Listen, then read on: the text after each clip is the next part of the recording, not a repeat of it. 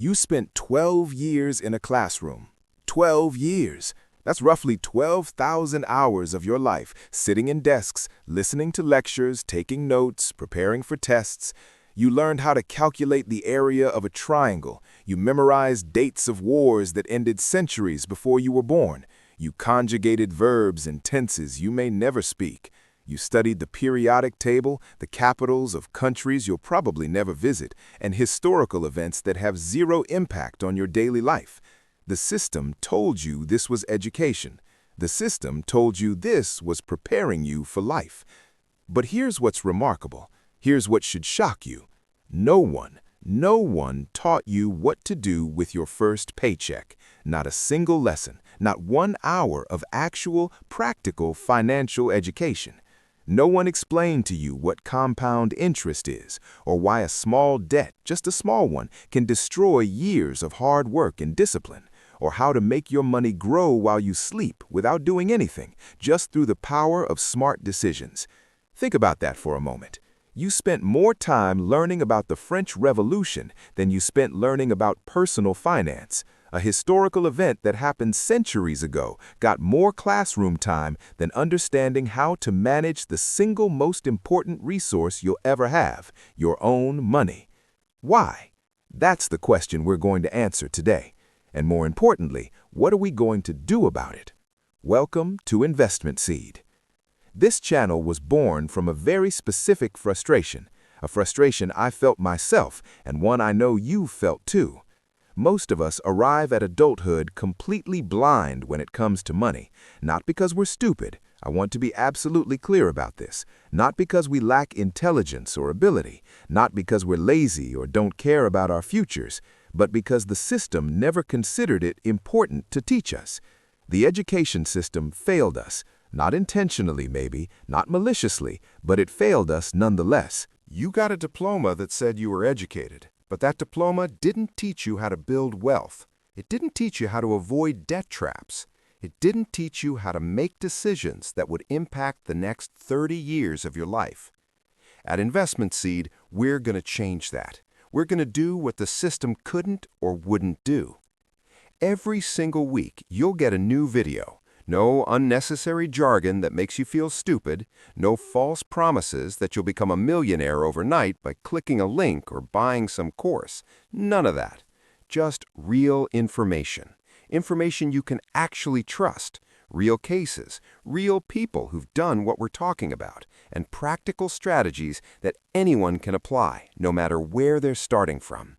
Whether you have $100 or $100,000, whether you're 18 years old or 50 years old, there's a path for you here.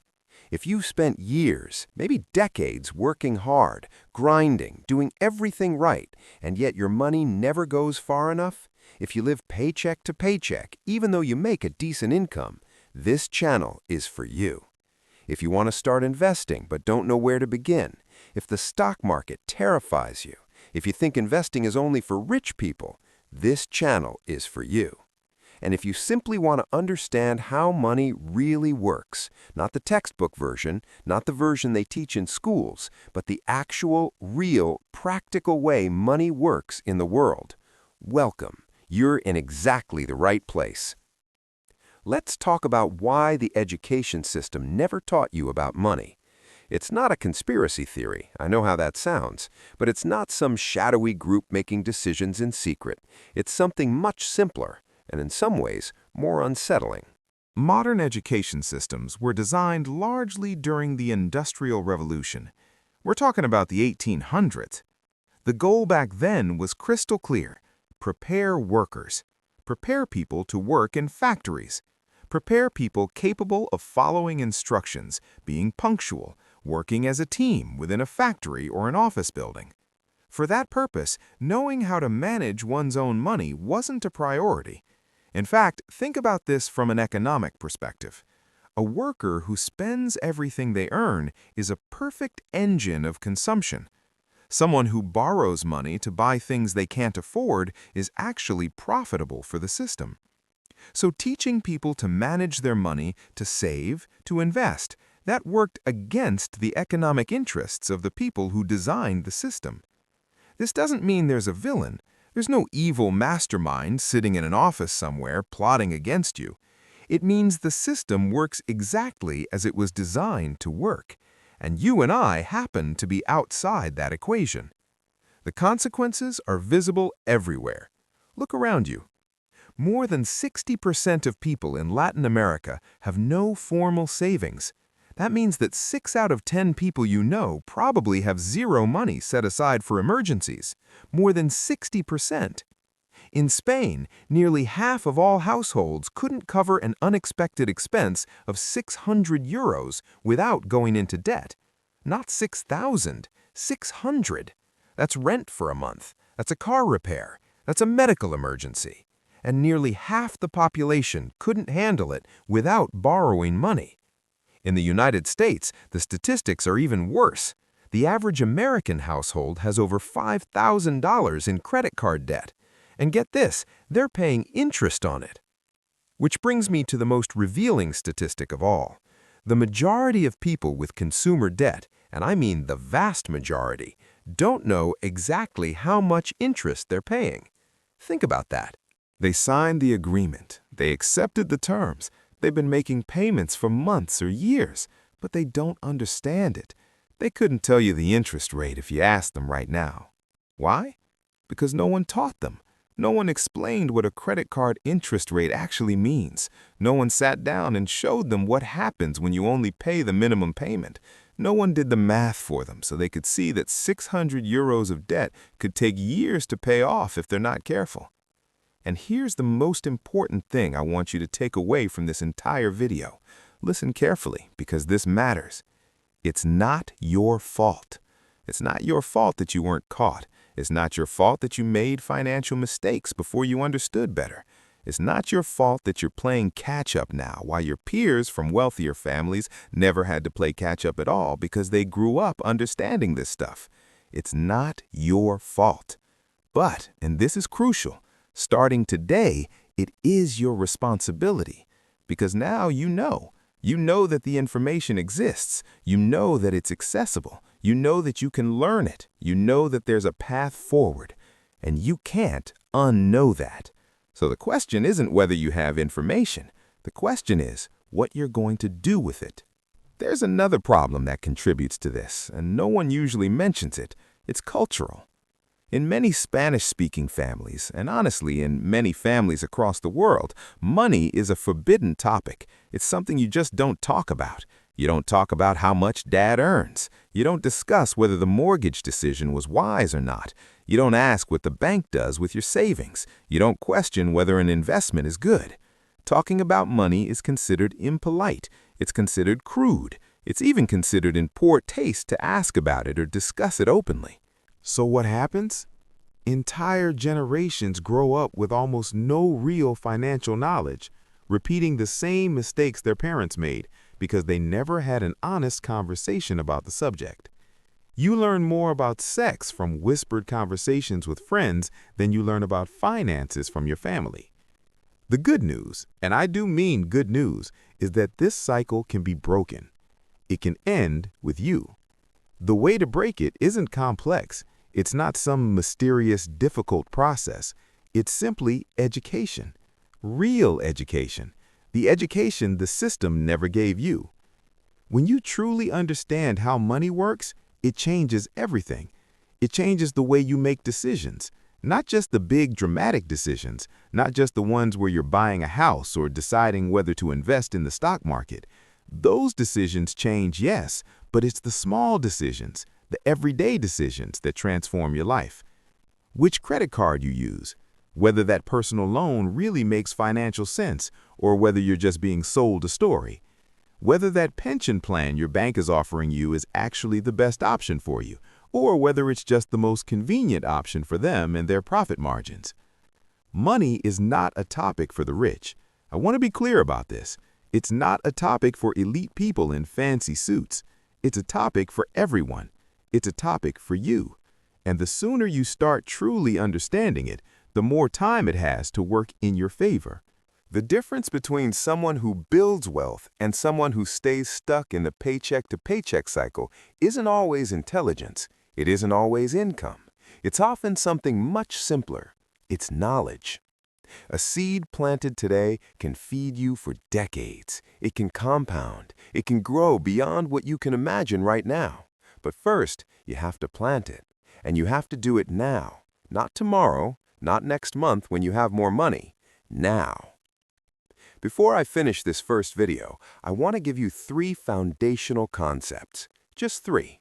Not because they're the only important things in personal finance. There are dozens of important concepts, but these 3 are the foundation.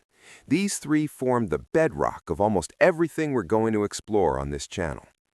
If you understand these 3 concepts deeply, if they click for you, then everything else will fall into place much more quickly.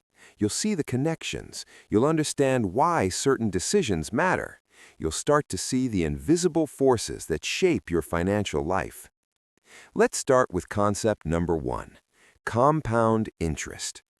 There's a quote often attributed to Albert Einstein, although honestly there's a lot of debate about whether he actually said it, but supposedly Einstein called compound interest the 8th wonder of the world. And if he said it, he was being generous. It might be the first wonder. It might be the most powerful force in personal finance. Compound interest means you earn interest on your interest. Your money grows on itself. It's growth that feeds on growth. Over days, it's negligible. Over months, it's noticeable. But over years and decades, that effect becomes something truly extraordinary.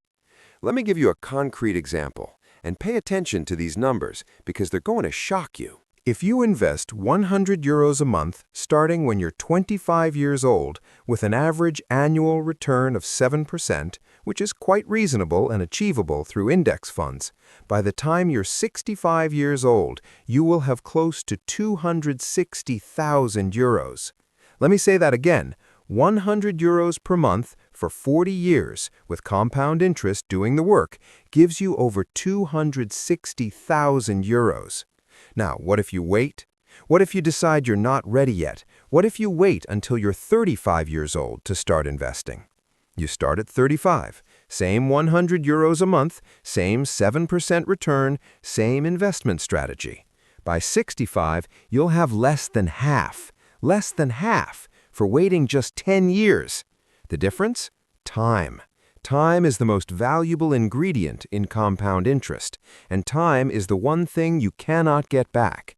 You cannot recover 10 years that you've wasted. You cannot order more time on Amazon. This is why starting matters so much. Not starting perfectly, not starting with the perfect amount of money, just starting. Concept number 2, the difference between assets and liabilities. This is simple, but most people get it wrong. Most people get it completely backwards. An asset is something that puts money in your pocket. A liability is something that takes money out of your pocket. That's it. That's the definition. It seems obvious when you hear it, but here's what's remarkable. Most of the financial decisions we make without thinking are liabilities disguised as investments. Your car is not an asset. I know people treat their cars like they're investments, but your car is a liability. It depreciates every single year. The moment you drive it off the lot, it loses value. You're paying for insurance, you're paying for gas, you're paying for maintenance. That money is leaving your pocket constantly. Your latest television isn't an asset either. It's entertainment. That's fine. I'm not saying you shouldn't have nice things, but let's be honest about what it is. Your mortgage is interesting. Depending on how it's structured, your mortgage could be either. If you're living in the house, making payments, and building equity while the property possibly appreciates, that could be considered an asset. But if you're stretching yourself financially to live in a house that's too expensive for your income, if you're house poor, then that mortgage is actually a liability that's choking you. Here's the question you need to ask yourself with any major expense. Does this generate money or does it consume money? Does money flow towards me or does money flow away from me? That's the distinction. That's what separates people who build wealth from people who just work harder and harder without getting ahead. Concept number 3, and this one is subtle but incredibly important, opportunity cost. Every single euro you spend is a euro that's not working for you. Every euro that leaves your pocket is a euro that could be compounding, growing, multiplying over decades. Now, and I want to be clear about this doesn't mean you have to live miserably.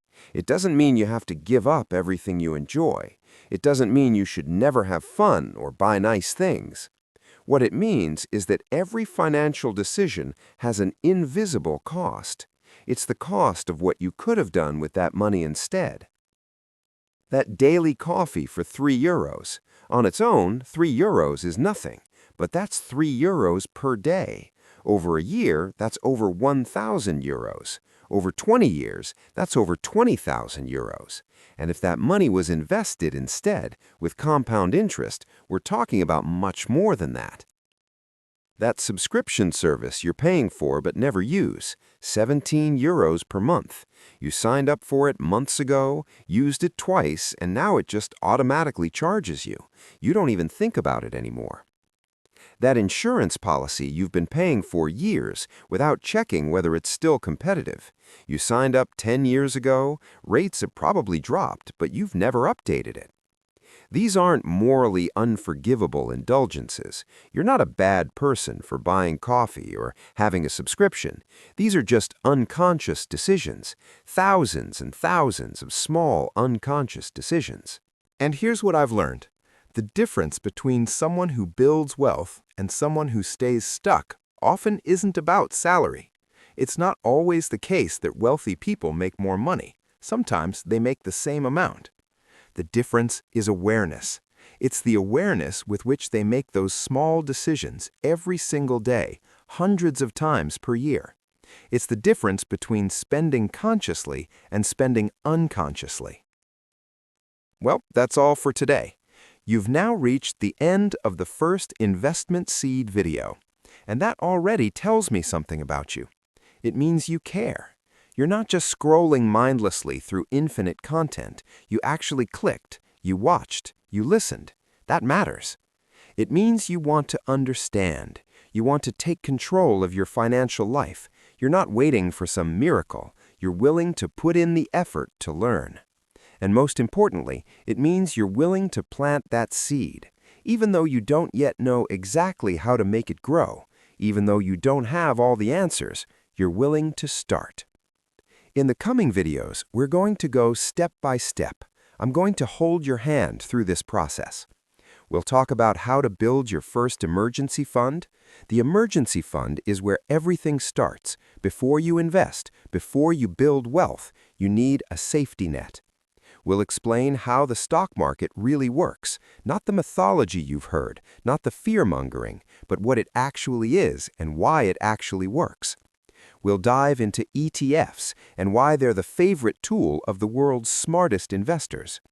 We'll talk about why they're better for most people than trying to pick individual stocks.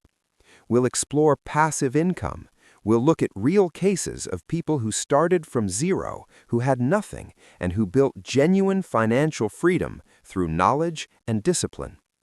And throughout all of this, I'll be asking you to think, to question, to apply these concepts to your own life. One last thing before I go, and this is important. If this video made you think of someone who needs to hear this message, someone in your life who's struggling financially, someone who's working hard but feels like they're not getting ahead, share it with them. There's no better way to help someone than to give them access to information that nobody ever gave them before. If you found this valuable, if you learned something, if you felt something shift in how you think about money, subscribe to this channel. Turn on the notifications, click that bell icon so you don't miss a single video. And if you have questions, if there's a topic you want us to cover, if you want to know about something specific, leave it in the comments. I read them. Every week I read the comments, and your questions might become future videos. I'm your guide on this journey. My name is Here, and my goal is simple: to help you understand money so that money works for you instead of you working for it. So thank you for being here. Thank you for taking this first step. I'm your guide at Investment Seed, and this is just the beginning. The best part is coming next.